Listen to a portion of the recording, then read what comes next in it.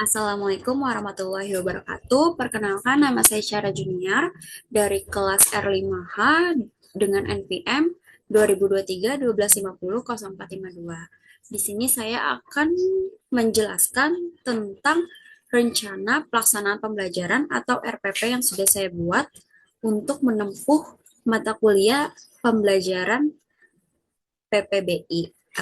Mata pelajaran yang akan diajarkan yaitu bahasa Inggris, kelas atau fase kelas SMP fase D.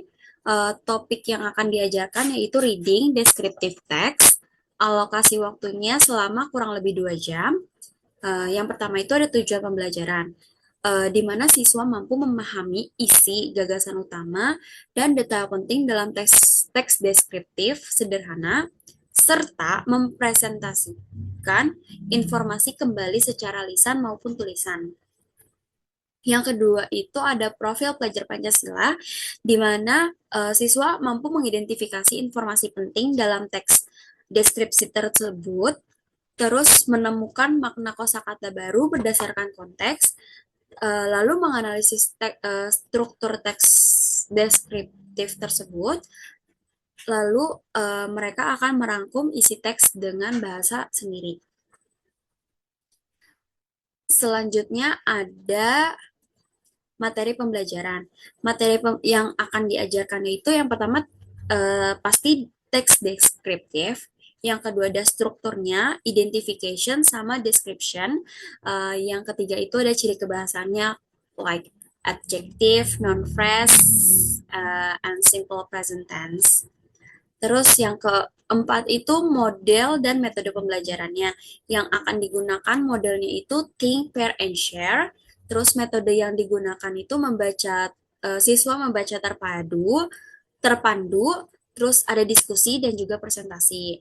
Berikutnya ada langkah-langkah kegiatannya. Yang pertama itu ada pendahuluan, di mana siswa nanti akan melakukan absensi dulu, terus habis itu nanti guru mengaitkan materi yang akan diajarkan dengan menanyakan hal-hal tentang hobi, terus nanti guru menyampaikan tujuan pembelajarannya juga.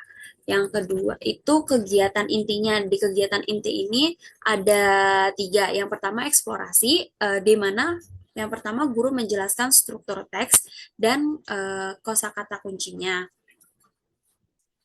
Terus siswa membaca teks deskriptifnya. Terus di elaborasi ada di mana siswa mengerjakan LKPD atau lembar kerja peserta didik. Yang kedua mereka akan berdiskusi berpasangan dalam suatu kelompok kecil.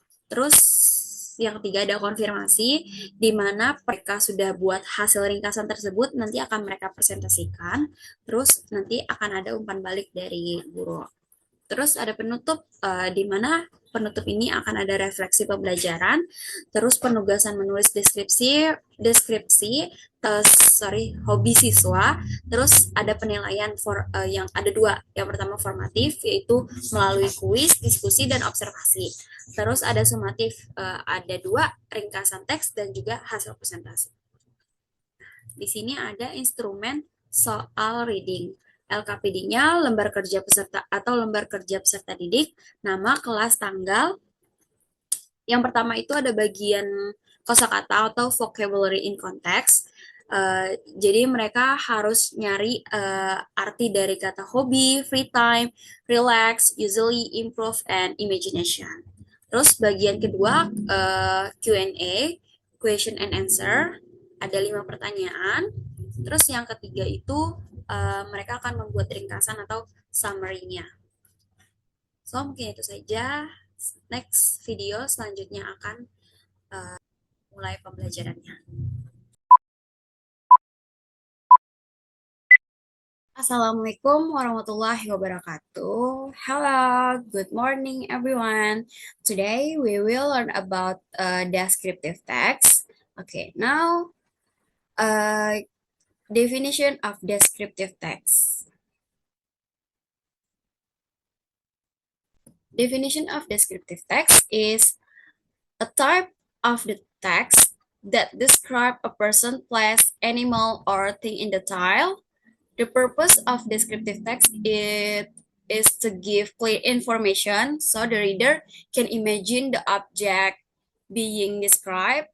These texts focus on characteristic, appearance, habits, and qualities. Nah, jadi descriptive text itu adalah suatu jenis teks yang berfungsi untuk menggambarkan seseorang, terus tempat, ataupun hewan, maupun benda yang akan dijelaskan secara rinci.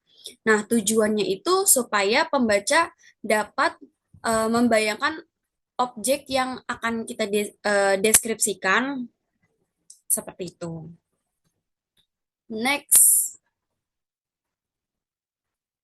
ada yaitu tadi tujuan dari deskripsi teks ini to describe a person, place, animal, or thing, to give detailed information about the object, to help the readers visualize the object clearly, to make the reader feel as if they see or experience indirectly. Nah, jadi intinya fungsi dari teks deskripsi tadi yaitu untuk menggambarkan seseorang, tempat ataupun hewan secara jelas supaya pembaca lebih mudah memahaminya dan mampu menggambarkan lewat informasi tersebut. Itu structure dari si descriptive text ini ya, ada dua ya. Yang pertama itu identification. This part introduce the object, person, or thing that will be described. Nah, jadi di identification ini adalah bagian pembuka dari teks deskriptif. Karena fungsinya itu untuk memperkenalkan objek yang akan dideskripsikan. Misalkan isi identification-nya itu tentang hobi gitu. Nah, jadi nanti misalkan apa itu hobi atau enggak, my hobby is reading, kayak gitu. Nah, nanti ada lanjutannya. Nah, ini untuk di bagian identification-nya. Jadi kita ingin mengidentifikasi apa. Terus ciri-cirinya itu biasanya hanya satu paragraf. Dia tuh bersifat umum, nggak terlalu panjang. Itu my hobby is reading. Jadi nggak panjang. Nah, terus yang kedua itu ada description-nya. Nah, di bagian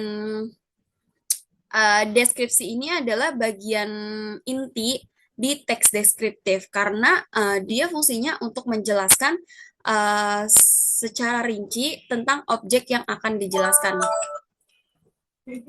Nah, isinya itu misalkan kayak ciri fisiknya, terus atau karakteristik atau sifatnya, terus kebiasaannya, atau bagian-bagian objek yang akan diperkenalkan. Atau misalkan dari kesan atau pendapat si penulis ini.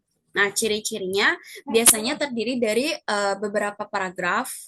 Dia juga menggunakan adjektif like beautiful, big, friendly, old, descriptive text about Zahra's hobby. Nah, sebelum itu, hobi kalian apa? Kalian bisa nanti mungkin bikin tentang hobi kalian, dideskripsikan. Zahra's hobby is reading books. Nah, kalimat ini termasuk ke dalam identification.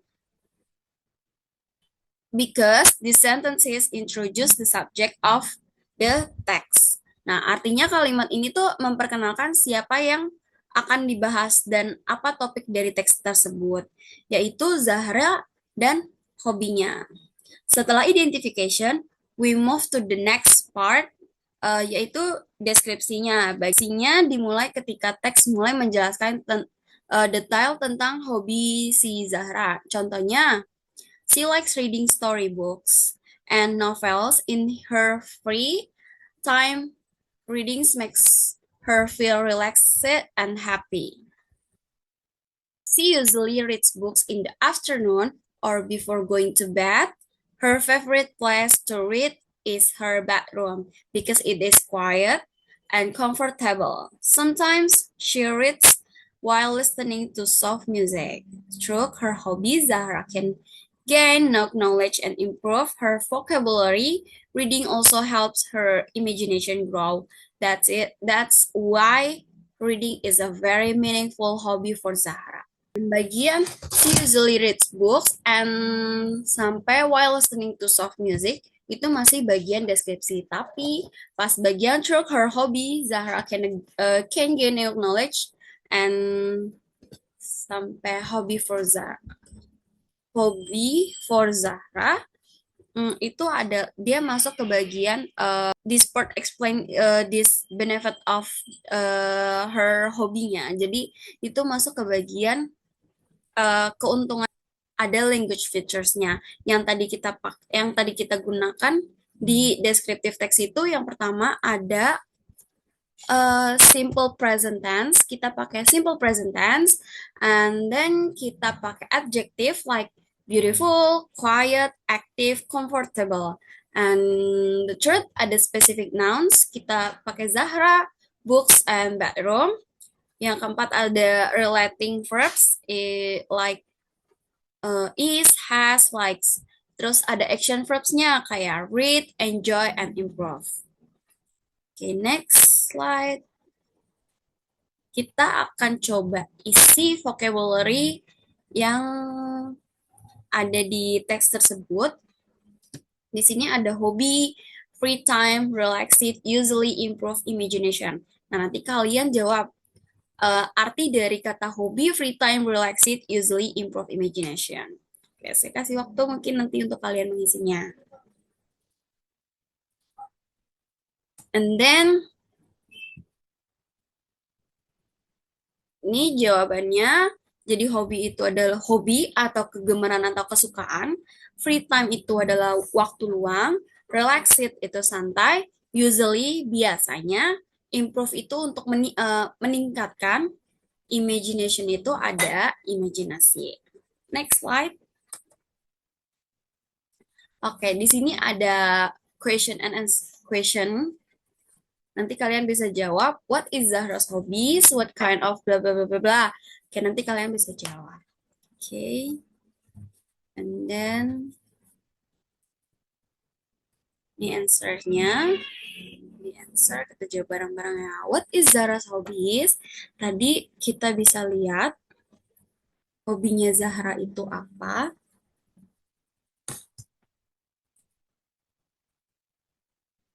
Di sini.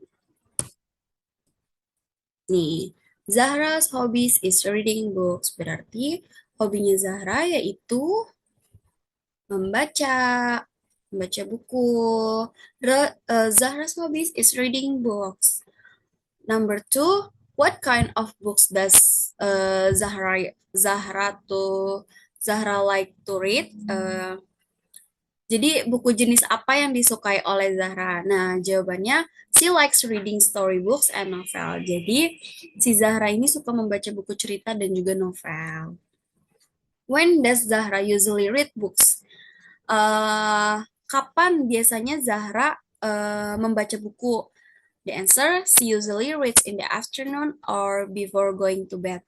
Jadi biasanya dia tuh membaca buku pada sore hari atau sebelum dia tidur. Yang keempat, why does Zahra like reading books? Because reading makes her feel relaxed and happy. What benefit does Zahra get from her hobby? Yang tadi saya bilang, yang bagian paragraf terakhir itu adalah termasuk ke bagian benefitnya atau keuntungannya.